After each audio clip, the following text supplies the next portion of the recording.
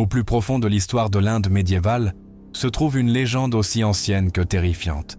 L'histoire tragique de Tap Rani, une princesse dont la désobéissance à son père, le roi, lui coûta non seulement la vie, mais aussi l'espoir de reposer en paix. Son nom, qui signifie « Reine de l'Orient » en sanskrit, résonne aujourd'hui dans les villages reculés et les temples oubliés comme un écho de tragédie, de malédiction et d'esprits vengeurs. L'histoire commence il y a plus de 1000 ans, sous le règne de la dynastie Paramara, dans l'actuel Madhya Pradesh, au centre de l'Inde. Le roi Udayaditya était réputé pour sa sagesse, mais aussi pour sa sévérité. Ganga Rani, sa fille unique, était admirée pour sa beauté, son intelligence et son esprit indomptable. Dès son plus jeune âge, elle manifesta un penchant pour les arts de la guerre, la stratégie et l'astrologie, un talent inhabituel pour une femme de son époque. Mais c'est précisément son indépendance qui allait sceller son destin. Une nuit, alors qu'une fête lunaire se déroulait en l'honneur de Shiva, Ganga Rani commit un acte considéré comme une trahison selon les normes de la cour. Il a désobéi à un ordre direct de son père, de ne pas quitter le palais pendant la cérémonie sacrée. Selon les chroniques locales, elle avait reçu un présage en rêve. Une voix murmurante l'avertit que si elle restait dans l'enceinte du château cette nuit-là, son âme serait prisonnière à jamais. Convaincue que ce message était un signe divin, elle décida de s'enfuir, déguisée en servante, pour chercher des réponses auprès des ermites de la forêt voisine. Lorsque le roi découvrit son absence, il entra dans une colère noire. Ce n'était pas tant à cause de la violation du protocole, mais à cause du message implicite. Son autorité royale avait été publiquement ignorée par son propre sang pour envoyer un message fort à toute la cour et au royaume. Il ordonna une punition exemplaire, l'enterrer vivante dans une tombe scellée sous terre, sans nourriture ni eau, en espérant que sa mort lente purifierait sa disgrâce. Le châtiment fut exécuté en secret, dans une grotte cachée dans les forêts de Bhopal. On raconte qu'avant d'être enterré, Ganga Rani lança une malédiction depuis l'ombre. Que mon sang réclame justice pour les générations à venir. Que celui qui dort sur ma tombe ressente ma douleur chaque nuit. Que mon nom soit murmuré avec crainte et respect. À partir de ce jour, d'étranges apparitions furent signalées. Des lumières dansantes, des femmes pleurant dans l'obscurité et des silhouettes disparaissant parmi les arbres. Les paysans ont commencé à éviter la région, l'appelant Reine de la Reine, qui se traduit par le mont de la Reine. Des années plus tard, lorsqu'un groupe d'archéologues a tenté de fouiller le site, ils ont découvert des traces d'une structure souterraine complexe, mais aussi des récits d'ouvriers abandonnant le site après avoir été témoins de phénomènes inexpliqués, des outils se brisant d'eux-mêmes, des animaux fuyant terrorisés et des rêves récurrents d'une femme vêtue de blanc, implorant sa libération. Aujourd'hui, la légende de Ganga Rani perdure, non seulement dans les villages voisins, mais aussi dans les chansons folkloriques, les pièces de théâtre et même les films d'horreur hindi. Certains pensent que son esprit erre encore dans la forêt, en quête de rédemption ou de vengeance.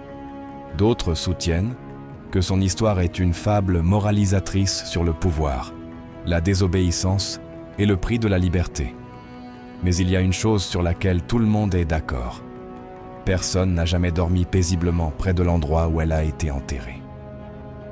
La figure de Tap Rani a été préservée non seulement par la tradition orale et les légendes surnaturelles, mais aussi par certains indices historiques, suggérant une possible origine réelle de son histoire. Bien que peu de documents officiels de l'époque mentionnent directement la princesse, historiens et chercheurs ont retrouvé des fragments épars dans d'anciens manuscrits, des inscriptions dans des temples oubliés, et des chroniques locales qui, une fois rassemblées, forment le portrait étonnamment cohérent d'une femme extraordinaire et d'un destin cruel. Au XIe siècle, le royaume de Paramara était l'un des plus puissants du nord de l'Inde, avec sa capitale à Ajanvois, un lieu célèbre pour son architecture imposante et sa position militaire stratégique. Le roi Udayaditya, père de Ganga Rani, régna entre 1059 et 1069 après Jésus-Christ, selon des documents tels que l'inscription de Bhojpur, bien que certaines sources situent cette période à des époques légèrement différentes. Ce qui semble clair, c'est que le royaume était plongé dans des conflits internes et externes constants, invasions, rébellions, et une cour en proie à des intrigues politiques où chaque décision pouvait signifier gloire ou chute. Ganga Rani, selon des témoignages indirects, elle n'était pas une princesse ordinaire. On dit qu'elle a été éduquée aux côtés des princes masculins en stratégie militaire, en philosophie et en astronomie. Certains textes apocryphes la décrivent comme une proche conseillère de son père, capable d'interpréter les présages célestes et de prédire les périodes de guerre ou de sécheresse. Cela lui conférait un certain pouvoir symbolique au sein du royaume, mais suscitait également la méfiance des courtisans et des prêtres traditionnels, qui voyaient d'un mauvais œil le rôle croissant des femmes dans des affaires réservées aux hommes. Son intérêt pour le savoir interdit, selon certains récits, l'a même conduite à voyager déguisée pour étudier auprès d'ermites et de maîtres ascétiques dans des bosquets sacrés. Là, elle a appris des rituels anciens, des techniques de méditation avancées et peut-être plus encore, l'art de voir au-delà du voile du visible. Certaines versions affirment qu'elle possédait le don de clairvoyance et que c'est précisément pour cette raison qu'elle aurait eu une vision prémonitoire avant cette fête lunaire fatidique. Cette nuit-là, lorsqu'elle décida de s'échapper du palais, elle ne le fit pas par rébellion ou par amour, comme certaines versions modernes ont tenté de le simplifier, mais pour une raison bien plus profonde. Il avait vu dans ses rêves l'effondrement du royaume s'il restait à l'intérieur pendant cette cérémonie. Pour elle, c'était une question de vie ou de mort, non seulement personnelle, mais nationale. Mais pour le roi Udayaditya, déjà las de ces incessantes contestations de la tradition, cela ressemblait à une trahison pure et simple. La punition d'être enterré vivant a été choisie avec une double intention, comme une forme de purification rituelle et comme un avertissement dans l'Inde ancienne. Les pratiques funéraires extrêmes étaient réservées aux criminels de haut rang ou aux traîtres au sang royal. Il ne s'agissait pas toujours d'exécution immédiate. Il s'agissait parfois de mort lente, où le corps était laissé à l'agonie pendant que des rituels spécifiques étaient accomplis. Le tombeau de Ganga Rani aurait été construit sous terre, avec des chambres scellées et des couloirs labyrinthiques, comme une structure cérémonielle plutôt qu'une simple fosse. Le plus drôle, c'est que certains temples près de Mandu ont des sculptures représentant une figure féminine enchaînée entre deux colonnes, regardant vers le ciel et entourée de symboles astrologiques. Des chercheurs de l'Archaeological Survey of India, ASI, ont suggéré qu'il pourrait s'agir d'hommages symboliques à des personnalités comme Ganga Rani, des femmes puissantes dont l'héritage a été officiellement effacé, mais qui ont persisté dans l'imaginaire populaire. De plus, il y a des faits encore plus intrigants. Lors de plusieurs fouilles près de Bhopal, des ossements humains appartenant à une jeune femme, des traces de bijoux en or et en pierres précieuses, ainsi qu'une plaque de cuivre portant un message crypté qui n'a pas encore été entièrement déchiffré, ont été découverts. Certains experts pensent que cela pourrait être la preuve de son existence réelle. Mais la chose la plus choquante est peut-être la suivante. Dans la région de Malwa, où les événements auraient eu lieu, une ancienne coutume perdure. Personne ne plante d'arbres, ni ne cultive de terres à proximité de certaines ruines circulaires, appelées localement Rani Ka Kera, ou la place de la reine. Les anciens du coin affirment que cela peut la réveiller et que quiconque essaie de le faire ne dormira plus jamais paisiblement. Au fil des siècles, l'histoire de Tap Rani cessant d'être un simple épisode historique tragique, il devint une légende vivante.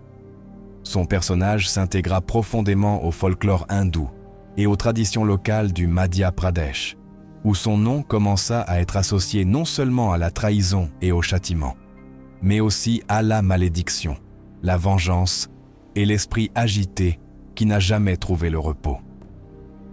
Selon les versions les plus répandues, à partir du moment où elle fut enterrée vivante, L'âme de Gonga Rani était piégée entre deux mondes, ni complètement dans le royaume des vivants, ni libérée dans l'au-delà. Cette dualité est essentielle à de nombreuses croyances hindoues, où l'état de l'âme après la mort dépend de rituels spécifiques, et lorsque ceux-ci ne sont pas respectés, comme dans son cas, l'esprit peut rester ancré dans ce plan, condamné à errer en quête de paix ou de justice. Les premiers témoignages de phénomènes surnaturels autour de sa tombe remontent à quelques années seulement après sa mort. On raconte que, les nuits de pleine lune, des cris de femmes ont été entendus venant de la forêt, accompagnés du bruit des chaînes traînant au sol. Des villageois des environs ont affirmé avoir aperçu une silhouette vêtue d'une robe royale, marchant à travers les arbres comme à la recherche de quelque chose, ou de quelqu'un. L'une des histoires les plus célèbres remonte au XVIIe siècle. Un groupe de bûcherons décida de camper près de ce qui est aujourd'hui connu sous le nom de Rani Ki Deri. L'un d'eux, dit-on, se moqua de la légende en affirmant qu'il ne s'agissait que de superstitions paysannes. Cette nuit-là, alors qu'il dormait, l'un de ses compagnons se réveilla en entendant un chant ancien, tel un mantra oublié. Lorsqu'il ouvrit les yeux, il vit une femme aux longs cheveux blancs et aux yeux entièrement noirs qui le fixaient.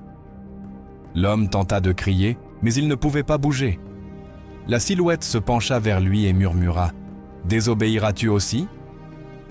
Le lendemain, le bûcheron était mort, le visage figé par la terreur. Sa mort n'a jamais été établie. Ce genre d'histoire s'est répété à maintes reprises au fil des siècles. Dans certaines versions, Gonga Rani apparaît comme une protectrice des femmes injustement traitées, apparaissant en rêve pour les avertir d'un danger ou les aider à échapper à des situations de violence. Chez d'autres, agit comme un esprit vengeur, punissant ceux qui osent profaner son lieu de repos ou abuser de son nom. Durant la période coloniale britannique, même les archives officielles faisaient état d'incidents étranges près de certaines ruines de Malwa. Un rapport 1862, signé par un fonctionnaire local, détaille comment un groupe d'ouvriers engagés pour construire une route près de Mandou abandonna le chantier après avoir signalé phénomènes inexpliqués, disparition d'outils, animaux effrayés sans raison apparente et rêves récurrents d'une princesse demandant de l'aide. Un autre fait curieux est qu'à plusieurs reprises, les personnes qui ont tenté de creuser ou de construire sur un terrain proche du tombeau présumé de Gonga Rani ont dû faire face à des tragédies personnelles, maladies soudaines, accidents du travail mortels ou conflits familiaux irréparables. Ces événements ont suscité une telle peur chez les travailleurs que certains projets ont été annulés avant même d'avoir commencé. Dans le domaine culturel, l'influence de Gonga Rani s'est étendue à l'art et à la littérature populaire au XIXe siècle. Des poètes régionaux ont écrit des vers sur la princesse maudite, et au XXe siècle, son histoire a inspiré des pièces de théâtre et des films de fantômes. L'un des plus célèbres est Les Diables de la Nuit, le démon de la nuit, sorti en 1984, librement inspiré de sa vie et de sa mort, et qui a fait sensation dans tout le nord de l'Inde.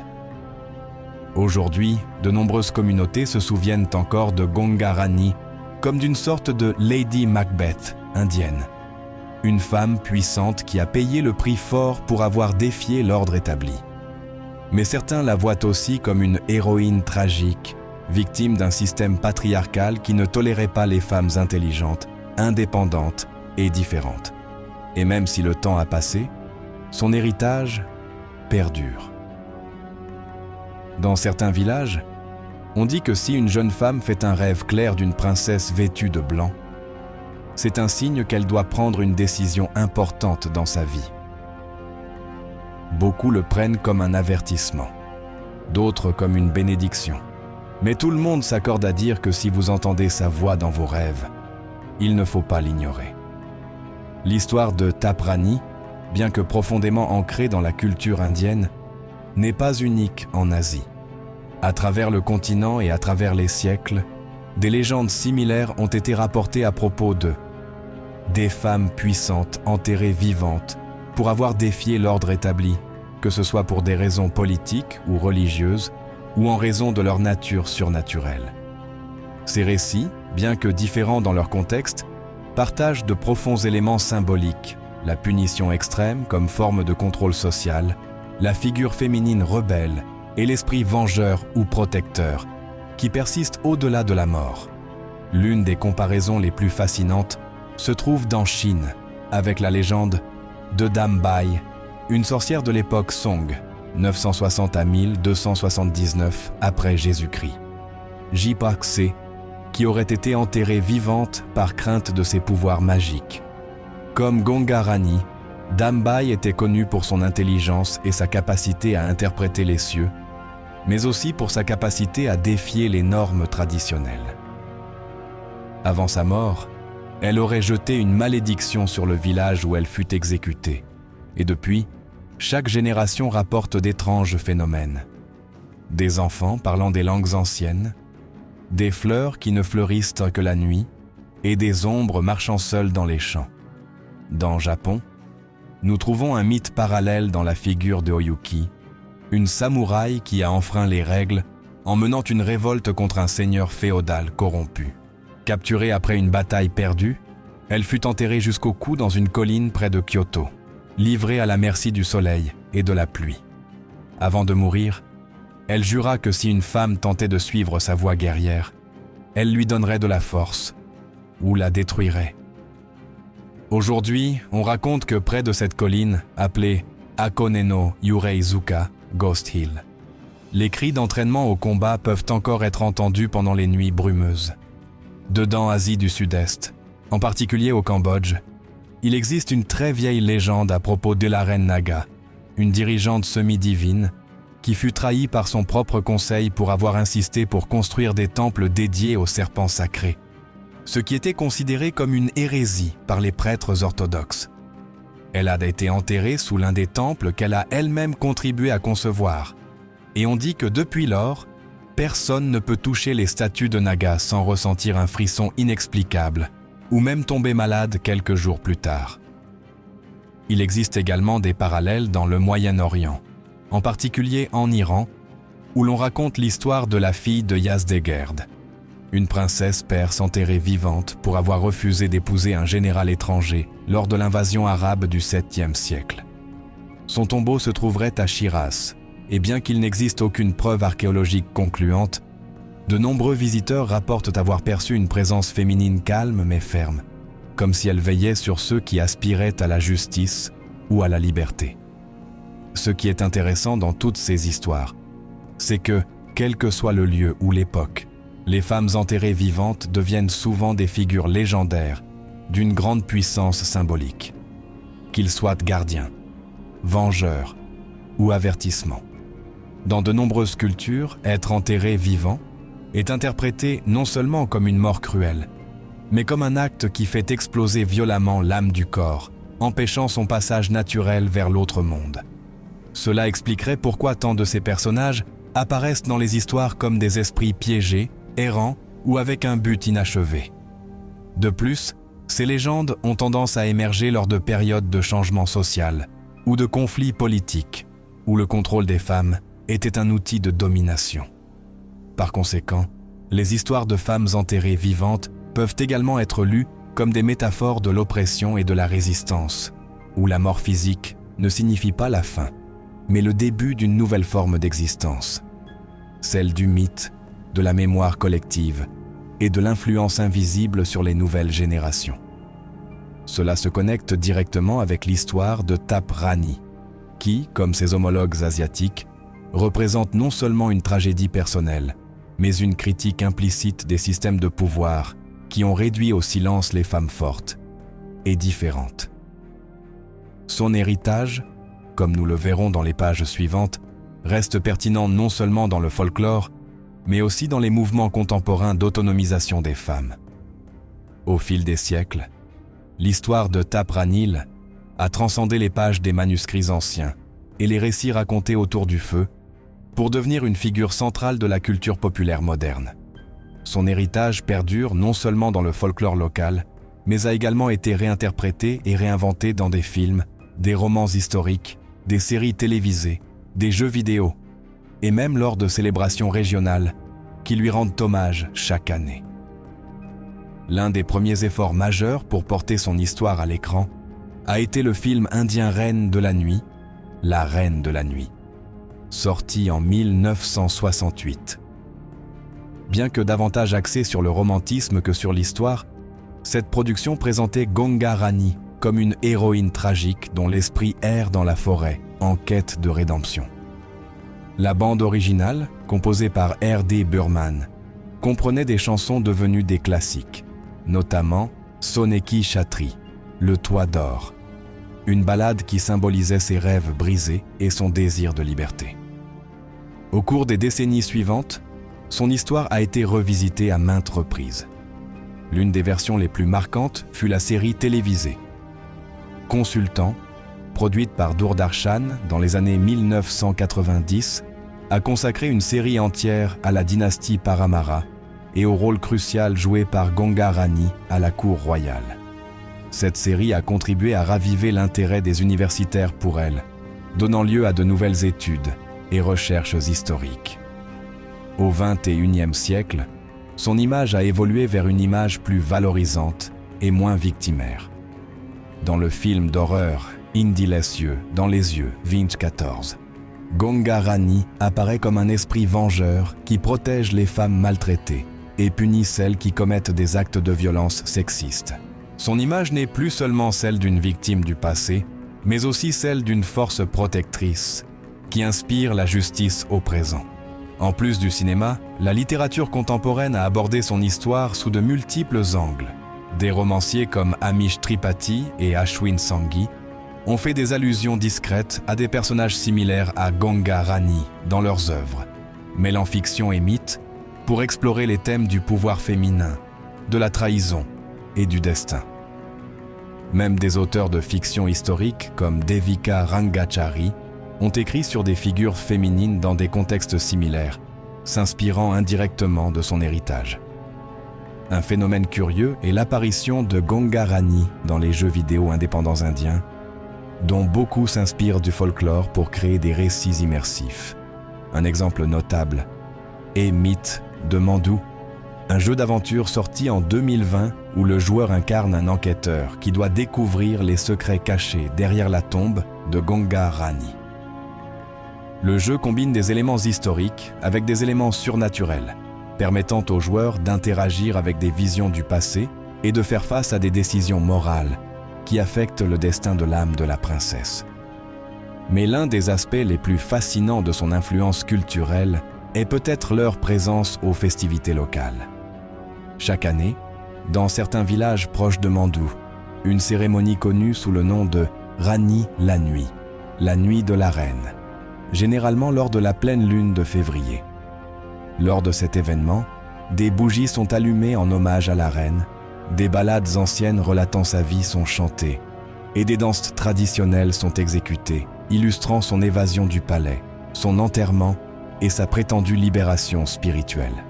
Ce qui est intéressant, c'est que cette célébration vise non seulement à se souvenir d'elle, mais aussi à l'honorer en tant que symbole de la résistance féminine. Les jeunes femmes participent activement à ces cérémonies, portant souvent des robes inspirées de son style, ou jouant même son rôle dans des représentations théâtrales improvisées. Pour elle, Ganga Rani n'est pas seulement une figure du passé, mais une source d'inspiration pour aujourd'hui. Une femme qui a osé défier le système, malgré les conséquences. Cette réinterprétation moderne se reflète également sur les réseaux sociaux, où les communautés numériques d'amateurs d'histoire et de mystère partagent des mèmes, des illustrations et des histoires sur Ganga Rani, la comparant souvent à des héroïnes contemporaines ou à des figures internationales telles que la Dame de Chalotte ou même Médée de la mythologie grecque. Avec tout cela, il est clair que l'histoire de Ganga Rani non seulement perdure, mais évolue. Ce n'est plus seulement une légende effrayante racontée à voix basse à l'ombre des temples antiques. Elle survit désormais sur les écrans, dans les livres, dans les jeux, et dans la mémoire collective de ceux qui y voient une voix qui crie encore justice. Au-delà de sa présence dans le folklore et la culture populaire, l'histoire de Ganga Rani a pris un nouveau sens ces dernières années. Est devenue une figure symbolique dès l'autonomisation des femmes, en particulier dans les régions de l'Inde, où les luttes pour l'égalité, la liberté individuelle et la reconnaissance historique des femmes ont pris de l'ampleur. Leur héritage, autrefois exclusivement associé à la tragédie et à la peur, est réinterprété comme une puissante métaphore des résistances contre l'oppression patriarcale, le contrôle social et la répression des voix dissidentes.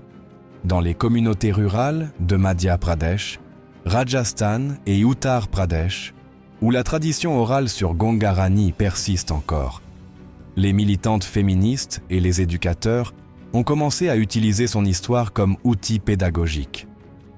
Dans les ateliers communautaires et les écoles locales, ces actions sont présentées non pas comme une désobéissance punie, mais comme un acte de courage face à un système qui cherchait à la réduire au silence. Pour de nombreuses jeunes femmes, Ganga Rani représente ce qui se passe lorsque le pouvoir tente d'annuler l'autonomie des femmes, et comment, malgré cela, la mémoire de ces femmes survit. Un exemple notable est le mouvement Rahanis d'aujourd'hui. Lancé en 2018 par un groupe de militantes de Bhopal, ce projet vise à rendre visibles les histoires de femmes historiques, ignorées ou diabolisées par les récits traditionnels, y compris, bien sûr, Tap Raniya, travers des campagnes sur les réseaux sociaux, des peintures murales urbaines et des événements culturels.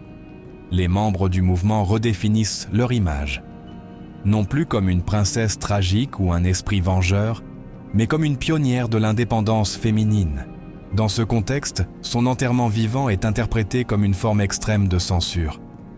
Non seulement elle avait été punie pour avoir pensé différemment, mais on lui a même refusé le dernier mot, la possibilité de se défendre, de s'expliquer. Cette idée fait fortement écho aux expériences de nombreuses femmes dans l'Inde contemporaine, où des cas de violence sexiste, mariage forcé, discrimination au travail et silence politique sont toujours monnaie courante. Certaines écrivaines féministes indiennes, telles que Namita Gokhale et Annie Zaidi, ont fait des références explicites à des personnalités telles que Ganga Rani dans leurs essais et leurs romans, soulignant comment les structures de pouvoir ont toujours utilisé la peur et la superstition pour justifier le contrôle exercé sur les femmes. Dans l'un de ses articles les plus connus, Zaidi écrit « Combien de Ganga Ranis ont été effacés de l'histoire? Combien n'ont été réduits au silence, littéralement ou symboliquement, pour avoir osé penser différemment ?» Également dans le domaine académique, sa figure a fait l'objet d'analyses anthropologiques et sociologiques modernes. Des professeurs d'université tels que l'université Jawaharlal Nehru, JNU, et l'université musulmane d'Aligarh, AMU, ont intégré son histoire dans des cours sur la mythologie comparée, les études de genre et la résistance culturelle. Ces analyses mettent en lumière la manière dont la diabolisation des figures féminines puissantes n'est pas propre à l'Inde, mais fait partie d'un modèle mondial qui traverse les religions, les civilisations et les époques. Même dans l'art contemporain, Ganga Rani apparaît de plus en plus comme un symbole d'identité et de résistance. Des artistes, comme Shilpa Guptaet, Nikhil, Afaleon, créent des installations et des illustrations inspirées de leur histoire, mêlant souvent éléments historiques et messages politiques actuels. L'une de leurs œuvres les plus marquantes est Voix sous la pierre, une exposition interactive où les participants peuvent écouter des enregistrements de voix féminines représentant les voix réduites au silence de l'histoire, y compris celle de Ganga Rani. Aujourd'hui, pour de nombreuses jeunes femmes en Inde, Ganga Rani n'est pas seulement une légende. Elle est un avertissement et une inspiration. Un avertissement sur ce qui peut arriver lorsque le pouvoir se sent menacé par l'intelligence et la détermination féminine. Et en même temps, une inspiration. Même enterré vivant, votre nom peut survivre si quelqu'un choisit de le révéler. Bien que des siècles se soient écoulés et que la poussière du temps ait recouvert une grande partie de la véritable histoire de Tap Rani, son héritage perdure dans la pierre, la terre et la mémoire. Aujourd'hui, plusieurs lieux du Madhya Pradesh sont associés à sa figure. Et bien qu'il n'existe pas de tombe officielle qui puisse être vérifiée archéologiquement comme étant la sienne, il existe certains sites qui, selon la tradition locale, marque l'endroit où elle a été enterrée vivante. Le plus célèbre est la ferme de la Reine. Située à proximité Bhopal, un tumulus que beaucoup croient abriter une structure souterraine, voire une ancienne chambre funéraire. Malgré les tentatives de fouilles menées au fil des ans, aucune équipe n'a réussi à l'explorer entièrement en raison des conditions instables du terrain et des multiples rapports de phénomènes inexpliqués. Des travailleurs locaux ont signalé avoir ressenti des frissons à l'approche, et certaines équipes de recherche ont enregistré des sons étranges sur le site, bien que sans confirmation scientifique définitive. Un autre point clé est Janvoie, autrefois connue sous le nom de Mandavgad, une ancienne forteresse qui était le cœur du royaume de Paramara sous le règne d'Udayaditya. On y trouve encore des ruines de palais, de temples et de réseaux d'adduction d'eau datant de l'époque où Ganga Rani aurait vécu. Certaines de ces structures portent des inscriptions mentionnant une princesse guerrière, bien que son nom exact ne soit pas écrit. Cela a donné lieu à des spéculations selon lesquelles il pourrait s'agir d'elle, ou du moins, que des femmes comme elle ont existé. Un fait curieux est que dans plusieurs villages proches de ces sites historiques, la coutume de ne pas construire sur certaines parcelles circulaires, appelées localement Ranika Kera, persiste encore, qui se traduit approximativement par le jardin de la reine. Les anciens locaux affirment que cela peut la réveiller, et beaucoup évitent d'y passer la nuit par peur de rencontrer son esprit. En plus des emplacements physiques, il y a aussi des objets liés à son histoire, bien qu'aucune ne soit concluante. Parmi elles, bijoux anciens découverts lors de fouilles près de Mandu, semblables à ceux que l'on croyait portés par la noblesse féminine de l'époque. Gravures dans les temples montrant des figures féminines enchaînées ou entourées de symboles astrologiques, interprétés par certains comme des représentations symboliques de Ganga Rani. Une plaque de cuivre découverte dans les années 1990, avec un texte partiellement lisible mentionnant une femme de sang royal, réduite au silence pour sa vérité.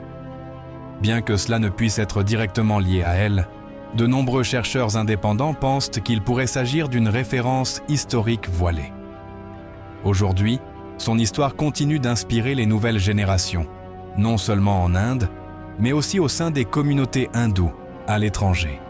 Sur les forums en ligne, les réseaux sociaux et les plateformes éducatives, de nombreuses jeunes femmes lisent son histoire et la partagent comme un exemple de courage face à l'autoritarisme. Pour eux, Ganga Rani n'est pas seulement une légende. Elle nous rappelle que le pouvoir craint ceux qui pensent différemment et que, pour cette raison même, nous devons oser penser. Pour conclure, Ganga Rani est bien plus qu'une princesse enterrée vivante. C'est un mythe qui transcende le surnaturel pour devenir une histoire de résistance, de lutte contre le contrôle patriarcal, de mémoire collective et de la façon dont une voix réduite au silence peut, au fil du temps, devenir un cri qui traverse les siècles.